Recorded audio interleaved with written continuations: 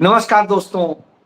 गीता में कहा गया है तदा नाम सजाम्य हम, अर्थात जब जब धर्म की हानि होती है तो अधर्म का खत्म करने के लिए हम आते हैं, और जब धरती पाप से भर जाती है तब प्रकृति रोती है और प्रकृति उसके संकेत देती है।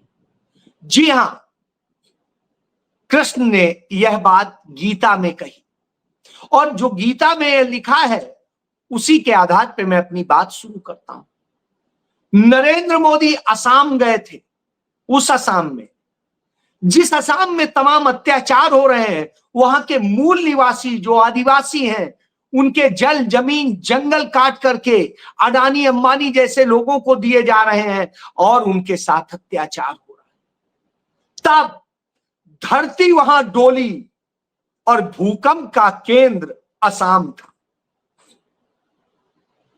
असम में भूकंप आया और उस भूकंप में ने यह संदेश दिया कि तुमने जिसे बुलाया है, जिसका तुम स्वागत कर रहे हो, वो असल में पाप का भागी है।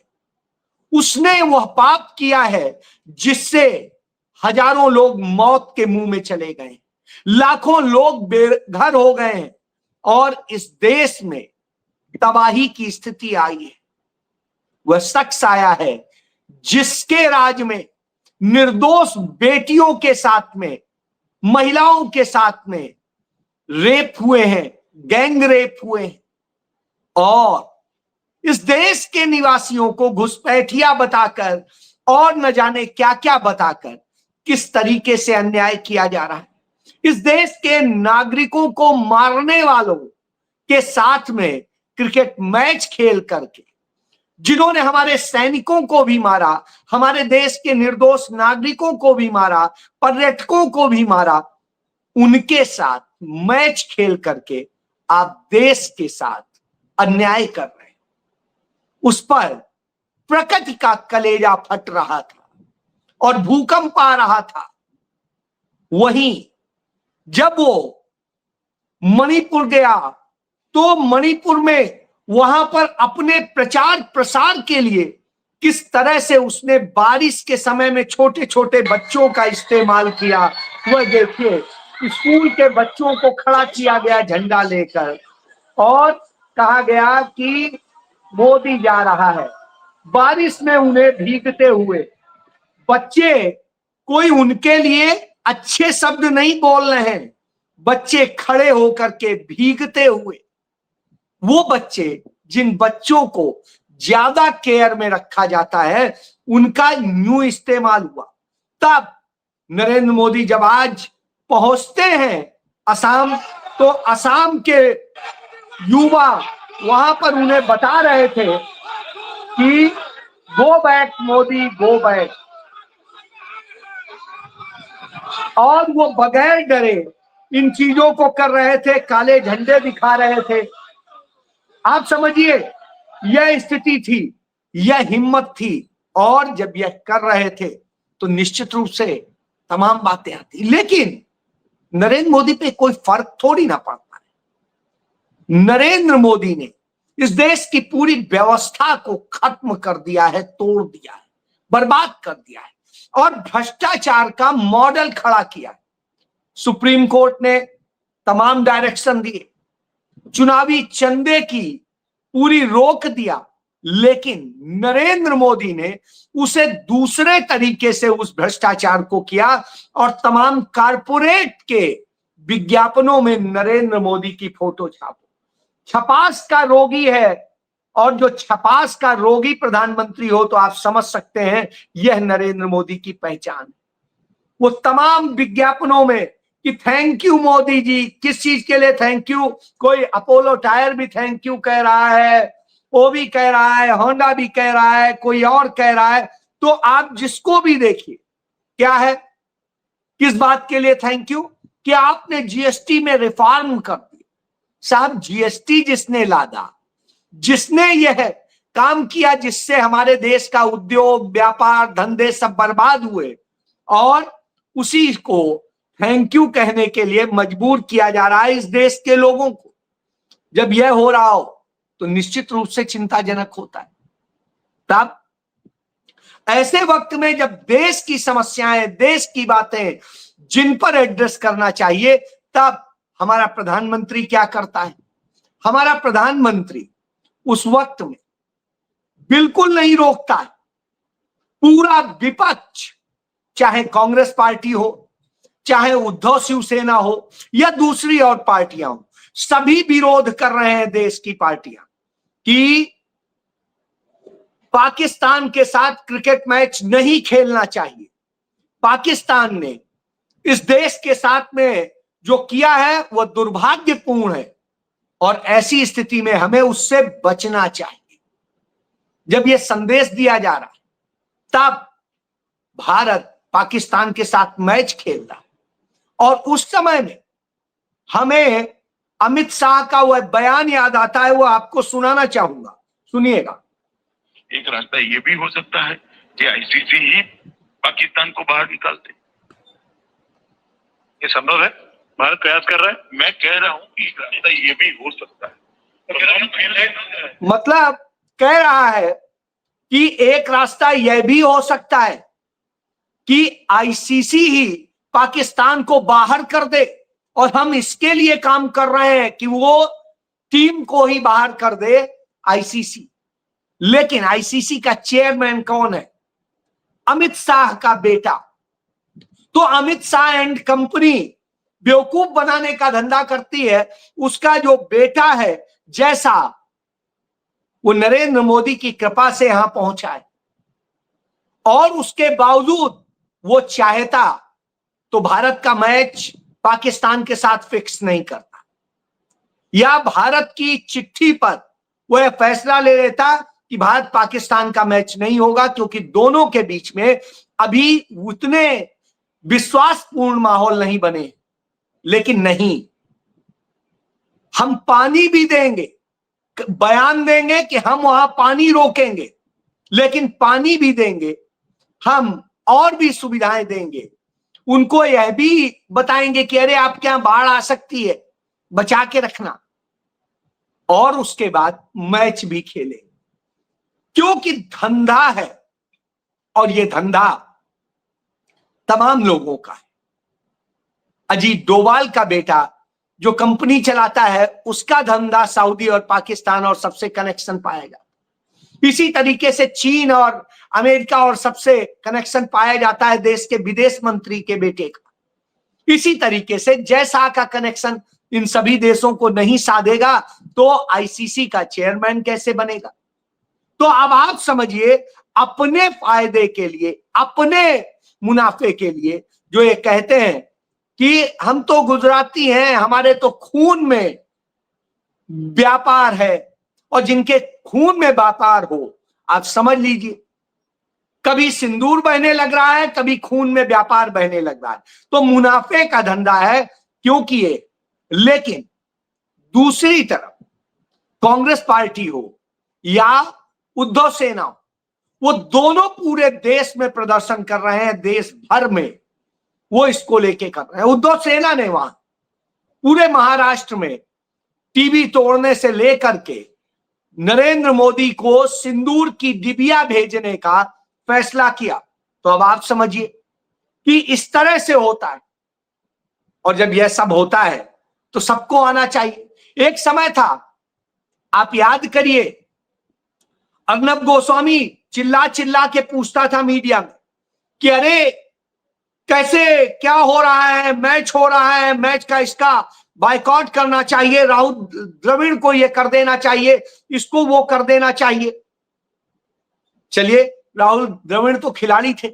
हमारे खिलाड़ियों ने एक अच्छा फैसला लिया कि हम अपने यहां हाथ पर काली पट्टी भी बांधेंगे, जिससे एक विरोध प्रदर्शित करेंगे, तब मैच खेलेंगे। लेकिन हमारी सरकार ने, जो बीसीसीआई है, जो आईसीसी है, उन दोनों ने किसी ने भी इसका ख्याल नहीं रखा कि भारत की इज्जत, भारत का स्वाभिमान, भारत के शहीदों का मान और भारत के नागरिकों की जान की कीमत सब मैच में बह गई। जैसे नाली से पानी बह जाता है वैसे बहा दिया है इन्होंने। कोई इज्जत नहीं छोड़ी है हमारे देश के लोगों की, यह स्थिति है। एक समय था, कांग्रेस के समय की बात कर रहा हूं, सिद्धांतों की बात होती है, और बात आई थी तब सिद्धांतों को लेके ट्रॉफी ठुकरा दी गई थी 1974 में। श्रीमती इंदिरा गांधी प्रधानमंत्री थी और डेविस कप का फाइनल था, दक्षिण अफ्रीका की टीम थी, भारत को खिताब जीतने का सुनहरा अवसर था, और उस दौर में हमारे पासपोर्ट पर साफ लिखा होता था साउथ अफ्रीका नहीं जा सकते। अब आप सोचिए, ये सरकार करती थी कि वहां जाओगे ही नहीं, छोड़ो। रंगभेद के खिलाफ हमने यह प्रोटेस्ट किया था, और रंगभेद के लिए, जो कि हमारे देश की लड़ाई नहीं थी उस समय, हमने उसको लेकर के किया था, बहिष्कार किया था, मानवता के लिए, न्याय के लिए। श्रीलंका में गृह युद्ध के समय भी भारत ने अपनी भूमिका निभाई थी, और अनुराधापुरा नरसंहार में 146 निर्दोष जो मारे गए थे, तब भारत ने शांति का रास्ता खोजा और असफल होने पर स्टैंड पर डटा रहा, और सिद्धांतों के आगे कोई भी हानि लाभ का वैल्यू नहीं करी। और ये बात 1986 की है, जब राजीव गांधी प्रधानमंत्री थे। एशिया कप की चैंपियनशिप में भारत ने बहिष्कार किया था। टाइम्स ऑफ इंडिया में राजीव गांधी का कार्टून छपा था, जो आप याद करिए, ढूंढिए, मिल जाएगा। और उस कार्टून में श्रीलंका को धमकी देते हुए तमिलों के खिलाफ जो वो अत्याचार कर रहे थे, उस पर लिखा था वरना हम नहीं खेलेंगे। अब आप सोचिए, अत्याचार बंद करो, नहीं तो हम नहीं खेलेंगे। यह हमारे तमिल्स पर जो अत्याचार हो रहा था, वही राजीव गांधी, जिनको उन्हीं तमिल के लिट्टे ने मार डाला, उनके लोगों ने मार डाला, और वो डीप स्टेट की साजिश थी। उस साजिश में कौन कौन शामिल था, उस डीप स्टेट को और उस लिट्टे के उस पूरे ऑर्गेनाइजेशन का आरएसएस से क्या कनेक्शन था, यह भी खोजने वाला है। तो उसे भी खोज लीजिएगा तो पता चल जाएगा कि ये इतनी गंदी उनमें खड़े होते हैं। जैसे खालिस्तानियों के साथ आरएसएस के संबंध थे, उनको समर्थन करने वाले प्रकाश सिंह बादल और वो सारे लोगों के साथ में आरएसएस के कितने संबंध रहे हैं, ये सब कोई जानता है। अकाली दल से आरएसएस के क्या रिश्ते, यह समझिए। पाकिस्तान से हर युद्ध के बाद, हर आतंकी हमले के बाद खेलों पर ताला पड़ा है, चाहे 1965 की बात हो, चाहे 1971 की बात हो, चाहे 1999 की बात हो। यानी सिर्फ कांग्रेस के इस समय में नहीं, अटल बिहारी वाजपेयी के भी समय में 1999 में इस पर रोक लगी थी, और फिर 2008 में मुंबई हमलों के बाद भी क्रिकेट खेलने पर रोक लगी थी। तो अब आप सोचिए, जब वो रोक लगी थी और 99 की उस रोक के बाद में फिर जब शुरू हुआ, तो यही शर्त थी कि अब कोई हरकत नहीं करेंगे। लेकिन जब 2008 में फिर हरकत हुई, फिर रुका। एक सुर में पूरा देश बोल रहा था हम नहीं खेलेंगे, लेकिन आज विपक्ष तो बोल रहा, सत्ता पक्ष यानी जो खुद को राष्ट्रवादी कहते हैं, वही इसमें दिखावटी कर रहे हैं। पहलगाम में मारे गए, पुलवामा में मारे गए, पुंछ में मारे गए, राजौरी में मारे गए, और तमाम जगह पे हमारे नागरिक मारे गए।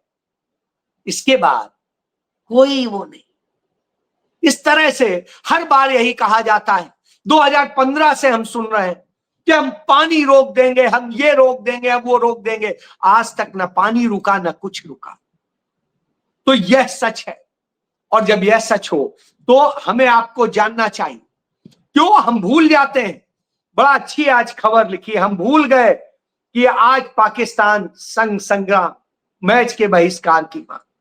तब भारत सरकार का पूर्व मंत्री, सूचना प्रसारण मंत्री, क्रिकेट बोर्ड से भी जुड़ा हुआ वो अनुराग ठाकुर क्या कहता है, टूर्नामेंट के नियमों के कारण मैच खेलना है। ऐसा कौन सा नियम है कि जो देश की अस्मिता, देश के उससे ऊपर है?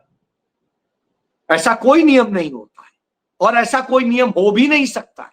लेकिन जिन्हें बहाना चाहिए वो बहाना ऐसे ही देते हैं। यही वजह है कि पूरी दुनिया जान गई है कि भारत के साथ कुछ भी आप करते रहो, कितना भी अत्याचार करो, कोई पूछने वाला नहीं होगा, कोई जांचने वाला नहीं होगा, क्योंकि इस देश में असल में प्रधानमंत्री नहीं रह गया है।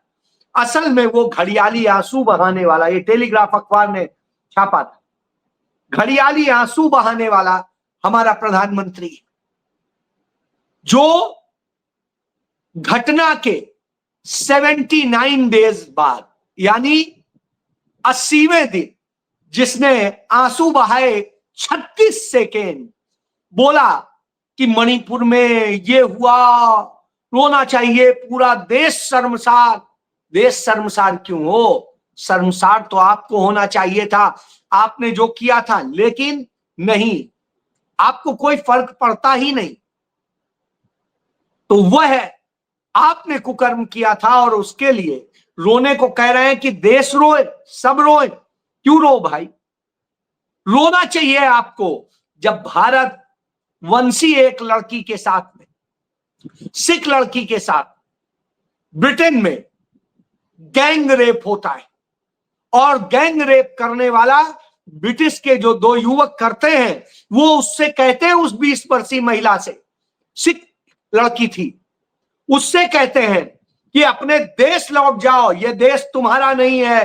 ये अपराध सुबह के वक्त हुआ, सुबह सुबह जब वो सैर पर, मॉर्निंग वॉक पर निकली थी। और इस तरह से भारतवंशियों पर लगातार घटना हो रही हैं, और ये इकलौती घटनाएं नहीं, पहले तो कभी नहीं होती थी। भारत डट कर बोलता था, आंखें दिखाता था लाल, डरते थे देश। आज स्थिति है, सबको बिल्कुल इजी गोइंग ले रहे हैं, अरे ठीक है, वहां तो मोदी बैठा है, कोई फर्क नहीं पड़ता, रेप करिए, कुछ करिए, उन्हीं के देश में इतना सब कुछ हो रहा है, वो नहीं कुछ बोल रहा है, तो फिर आपके यहां क्या बोलेगा? बिल्कुल सही है ये।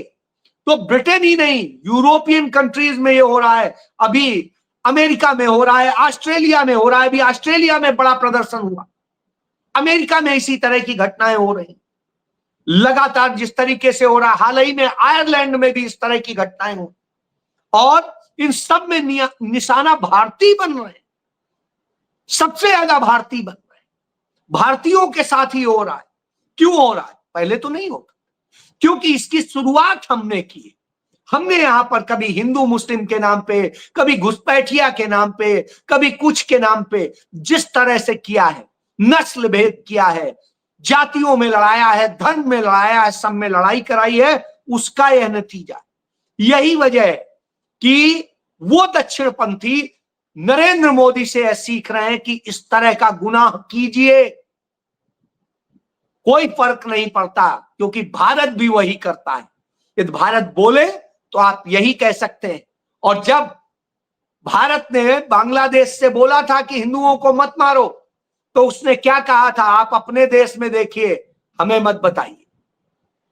अब आप सोचिए, पाकिस्तान से सीखे, कम से कम उसने जो लक्ष्मी चौक है लाहौर में, उसने उसे लक्ष्मी चौक ही रखा है, उसे बदल के कोई आरिफ, कोई औरंगजेब या और कोई चौक नहीं किया है। वो तमाम सारे वही नाम हैं जो नाम होते।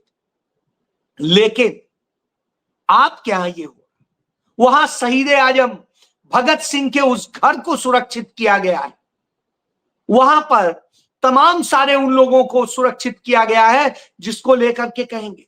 वहां के लोग अपना पैसा खर्च करके तमाम चीजों को बचाते हैं, और यहां जो हो रहा है वो अपने आप में शर्मनाक। वहां गुरुद्वारों को भी संरक्षित किया गया, वहां छोटी मोटी घटना होती है तो वहां की सरकार अपने पास से पैसे लगा करके वहां सुधार कराती है और दूसरों को गिरफ्तार करती है और कार्रवाई करती है। हमारे यहां जो नफरत फैलाया गया, उसका नतीजा है कि अब दुनिया में हमारे नागरिकों के साथ यही हो रहा है, हमारे मूल वंशियों के साथ यही हो रहा है, जिन्होंने वहां की नागरिकता तक ले ली है उनके साथ भी हो रहा है। कहा जा रहा है अपने देश जाओ, यहां क्यों? कल्पना करिए किस हालत में, अपने देश में रोजगार नहीं, काम नहीं, धंधा नहीं, व्यापार नहीं, और यहां व्यापार करोगे तो मोदी का विज्ञापन छापिए, जैसे मोदी के विज्ञापन छाप के खुश होइए, उसी में ही रहिए, हर जगह मोदी की फोटो रहनी चाहिए, मोदी की फोटो फोटो फोटो फोटो की बीमारी हो गई। अब आप सोचिए, टायर वाला भी फोटो छापे, रेडियो वाला भी छापे, दूसरे भी छापे, तो ये फोटो जीवी सरकार, कुछ नहीं बचा इसके बाद। आपसे, आपके मुद्दों से कोई सरोकार नहीं। जी हां, तभी धरती डोल रही, तभी मणिपुर गया तो बारिश ने बताया कि हम तुम्हें नहीं चाहते। तो यह सच। जी हां, जय।